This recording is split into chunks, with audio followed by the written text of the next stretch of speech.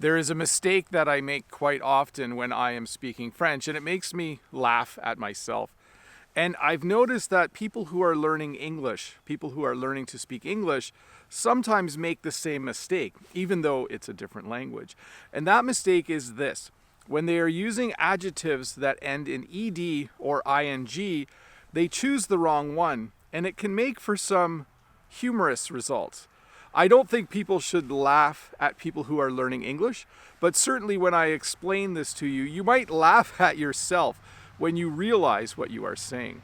It's the difference between saying things like this: I am terrified, which means you are scared, or I am terrifying, which means you scare other people.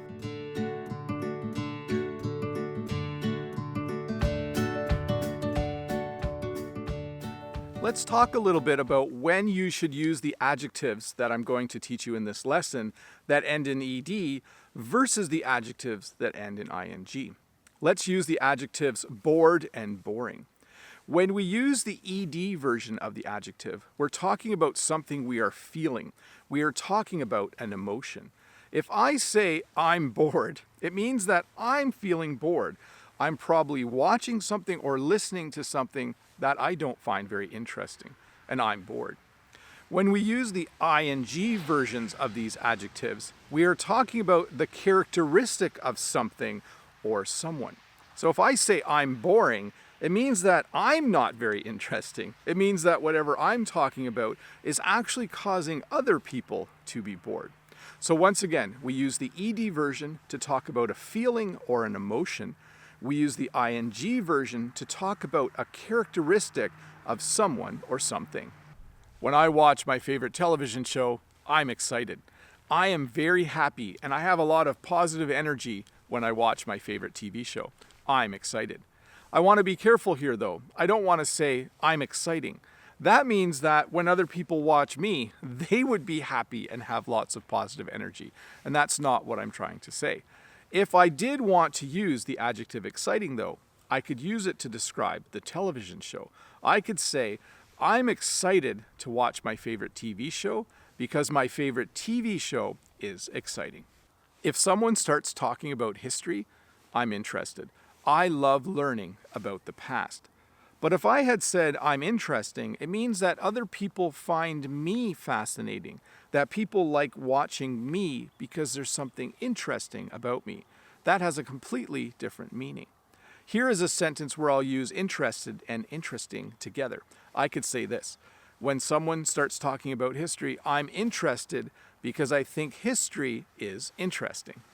Sometimes at work, I'm frustrated. That means things aren't going well and I'm getting a little bit upset. I'm frustrated. But if I was to say I'm frustrating, it would mean that I bother other people. It would mean that other people get annoyed with me. It would mean that I am aggravating, that I am not someone who is fun to work with. So again, a completely different meaning. So here's a better sentence. I could say this: sometimes at work, I'm frustrated because the job I am doing is frustrating. Sometimes when I read a story, I'm confused. Sometimes it's hard to understand what's happening in the story that I'm reading. I'm confused. But if I was to say I'm confusing, it would mean that other people have trouble understanding me when I talk or when I explain something.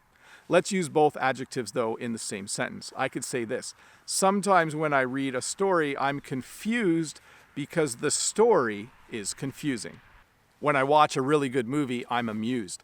I'm entertained. I find it enjoyable. But if I was to say I'm amusing, it would mean that I'm acting in a way that makes people smile and laugh. Again, a completely different meaning. I could say this though. I could say when I watch a movie, I am amused because the movie is amusing.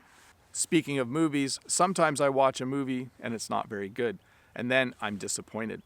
But if I was to say I'm disappointing, it would mean that I'm not very good.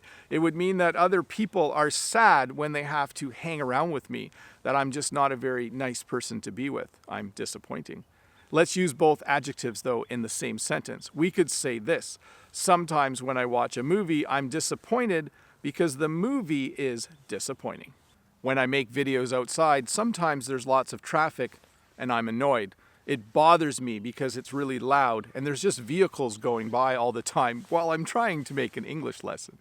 But if I was to say I'm annoying, it would mean that other people don't like being around me, that somehow I'm not a very nice person. It would have a completely different meaning. I could say this though. I could say I'm annoyed because there's lots of traffic and the sound the traffic makes is annoying. When I was younger, my friends took me to see a scary movie, and I don't like scary movies. While I was watching the movie, I could have said, I'm frightened. That means I was expressing that I was feeling the emotion of fear. If I had said, though, I'm frightening, it would mean that other people would get afraid when I was around, a completely different meaning. If we wanted to use both these adjectives in a sentence, though, I could say this. I could say, I'm frightened because the movie is frightening. At work, I have a lot of work to do, and sometimes I'm overwhelmed. There's too much work, and it feels like I'm never going to get it done. I'm overwhelmed. But if I was to say I'm overwhelming, it would mean that other people find me to be a little bit much, we would say in English. They would find me to be someone who talks too much or someone who expects too much from them. A completely different meaning. But I could say this if I wanted to use both adjectives. I could say, I'm overwhelmed at work because I find the project I'm working on is overwhelming. When I'm done exercising, I'm exhausted. I don't have any energy left when I'm done exercising. I'm exhausted. But if I was to say I'm exhausting, it would mean that when other people are with me, I kind of steal their energy. It's not a very nice thing to be exhausting when you're around other people. But again, if we wanted to use both words, both adjectives in the same sentence, I could say this. I'm exhausted when I'm done exercising because exercising is exhausting. When I look up at the night sky, I'm fascinated. I love looking at the stars and the moon. I'm fascinated when I look at the night sky. But if I was to say I'm fascinating, it would mean that I think when I'm around other people, they are in awe of me. They just love watching what I do and seeing what I do. I'm fascinating. It's kind of an arrogant thing to say. But let's use both adjectives in one sentence. I could say this. I'm fascinated by the night sky because the stars are fascinating. When I'm sure of something, I'm convinced. I'm convinced that this pandemic will be over someday.